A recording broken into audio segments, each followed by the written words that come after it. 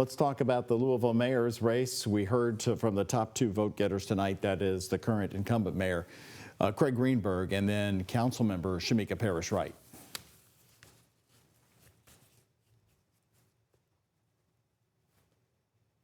Here's the vote total. Again, these are the two who will run to November and be on your ballot in about 168 days from now. Again, we have sound from them as our folks have been out around interviewing the different candidates.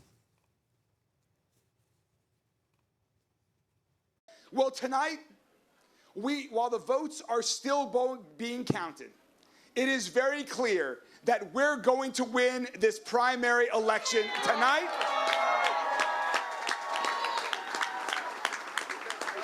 We are going to keep marching forward to win the general election. And we're celebrating once more tonight, and I'm thankful for each of you and everyone around this city for taking the plunge with me once again for 4 more years.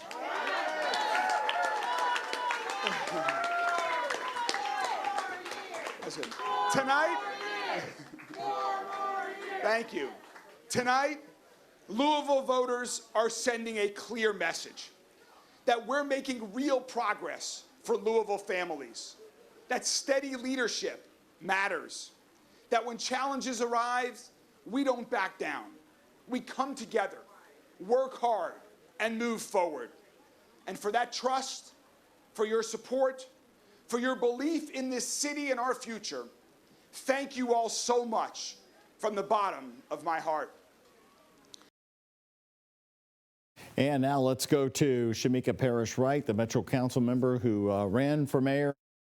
I have to start home and go through and see what's happening and how we can make things better. I have people reaching out to me, sending me letters, emails about things they're experiencing internally, and I want to make Metro government work for everyone, right? I want it to be fair, I want it to be affordable, I want it to be for the people, but people are paying their taxes to access Louisville Metro government services, but it feels like if you don't have enough money in your bank account or you're in the right zip code, you don't get the same level of support and care.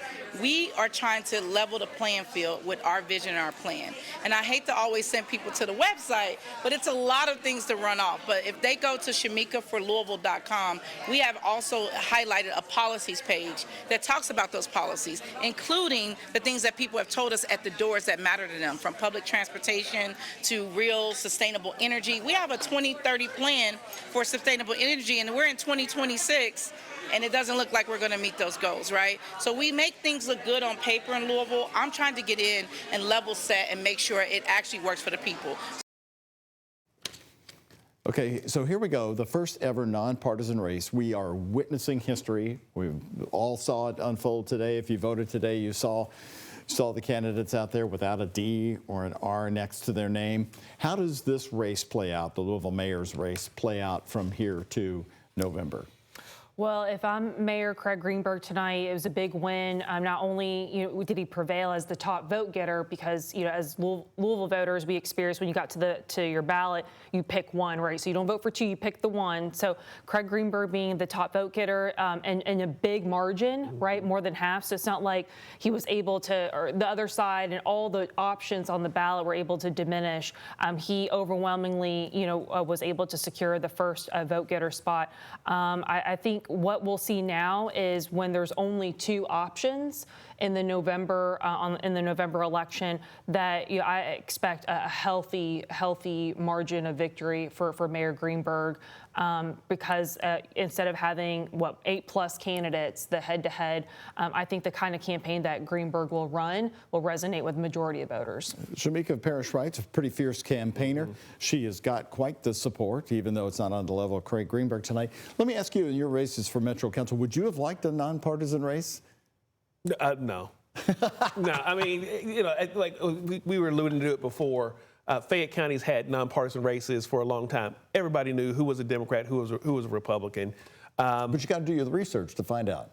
No, the voter does. I mean, you can just see how are they responding, how do they vote, what do they vote on, what do they support, and you kind of, you just see it, kind of play itself out. So to me, running under a party banner, one way or the other, didn't hurt me. And I will say this, and particularly in light of everything that we are seeing across the country, particularly as we're talking about the rollback of the Voting Rights Act, okay?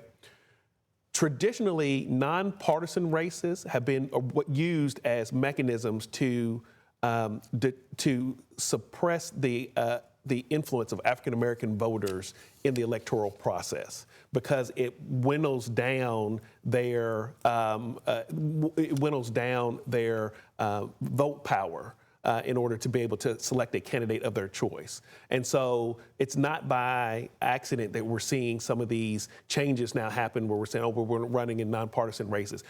All you have to do is look down in Georgia, where their legislature made 5 Democratic counties where their